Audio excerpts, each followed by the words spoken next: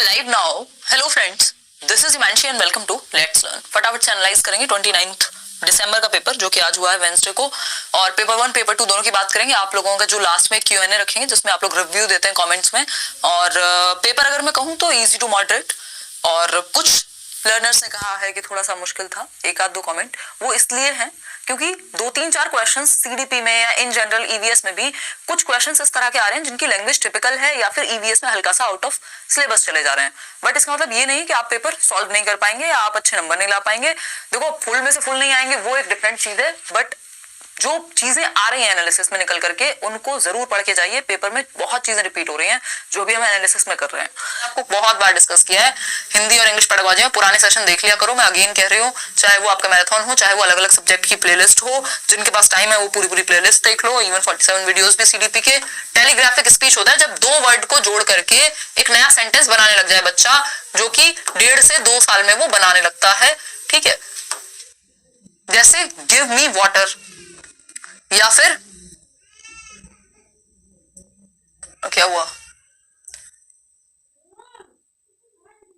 बाकी सब ग्रुप में रहते हैं, दीमक अलग रहता है, कोई कुछ कह रहा है।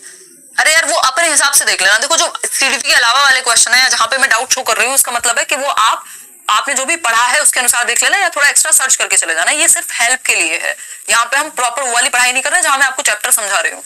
ठीक है, तो इसलिए समझो थोड़ा सा। 1.5 से 2 साल एक बार कंफर्म कर लो, अगर कहीं भी डाउट लगे तो उस चीज को कंफर्म कर लो। वैसे सीडीपी में जरूरत नहीं पड़ेगी, बट बाकी सब्जेक्ट में ऐसा हो जाता है। डिडैक्टिक, क्योंकि अभी हम डायरेक्ट नहीं पढ़ रहे हैं, डिडैक्टिक मेथड एक बार पढ़ना पोइट्री वगैरह के लिए यूज किया जाता है। चिपको मूवमेंट पढ़ के जाना है, पेड़ से रिलेटेड था। निमोनिक कोड वही होता है जैसे मैंने बताया था, पियाजे की 4 स्टेज याद करनी है, SPCF से याद करा दिया, सम पीपल कैन फ्लाई, और एक इसका निमोनिक बना दिया, सम पीपल कैन फ्लाई का छोटी फॉर्म बना दी SPCF। तो ये होता है निमोनिक, याद करने के लिए आसानी हो जाती है। Direction of Valsad town from Telangana, ये हम कर चुके हैं discuss. Approaches to writing, Archimedes principle, language register, criticism on Piaget's cognitive theory. तो इस पे होगा कि पियाजे ने डिसकंटिन्यूअस अप्रोच को अपनाया है, इन्होंने स्टेजेस में बांट दिया है, जबकि डेवलपमेंट को कॉन्टिन्यूअस कई लोग कहते हैं। तो यही क्रिटिसिज्म इसका संभव है। Use of IQ, step by step process of sheep shearing anyways, while there was no repeated questions for me from the analysis, but your marathon, especially CDP, helped a lot. Thank you. I sincerely hope you will continue teaching us. Hope you are well. Thank you so much. अच्छा, धन्यवाद। ये कह रही है कि मेरे लिए repeated question analysis से नहीं आया, ये पहला कमेंट है जो मैं पढ़ रही हूँ। और लेकिन मैराथन ने हेल्प की। ऑब्वियसली सिलेबस से बाहर तो चला नहीं जाएगा अगर रिपीट नहीं भी होगा तो। देखो, सेट होते हैं ऑनलाइन में भी, तो ऐसा पॉसिबल है कि एक आध सेट इस तरह का हो कि आपको थोड़ा बहुत लगे कि नहीं आया। बाकी ये चीजें कराई हुई हैं आपको, ये जो टेलीग्राफिक स्पीच है, डिडैक्टिक चिपको मूवमेंट, निमोनिक, ये सब डिस्कस कराई हुई चीजें। कुछ चीजें इसमें डिफरेंट है ना, तो टेंशन नहीं लेनी है, नेगेटिव नहीं होगी जाना। एक्चुअली होता क्या है, जो चीजें हमसे सॉल्व हो जाती है ना, हमारा ध्यान उन पे जाता ही नहीं है। जो चीजें हमसे सॉल्व नहीं होती, हमारा ध्यान सारा वहीं चला जाता है, हमें लगता है अरे यहाँ गड़बड़ है। ठीक है, तो जो आता है उसको अच्छे से करके जाना है। क्लियर है इतनी बात? क्योंकि थोड़ा बहुत तो लैंग्वेज में चेंज हो सकता है, पता नहीं इनके लिए कैसे नहीं था कि रिपीटेड, नहीं तो जो भी मैं कमेंट पढ़ रही हूँ आपके सामने सबका यही सीन है। ठीक, तो ऐसा हो सकता है एक आध सेट में थोड़ी गड़बड़ हो, क्या कर सकते हैं। रुचि, बट सिलेबस तो सेम ही रहेगा, इस चीज में तो सुकून रखो।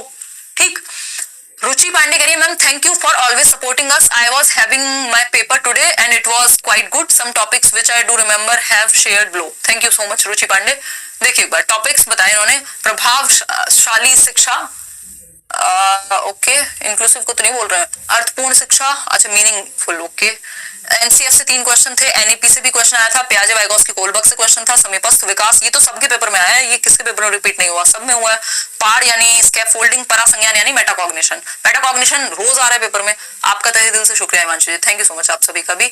शिवम शर्मा, ये शायद लास्ट कॉमेंट होगा मेरे ख्याल में, इसके बाद भी है क्या कुछ? हाँ, एक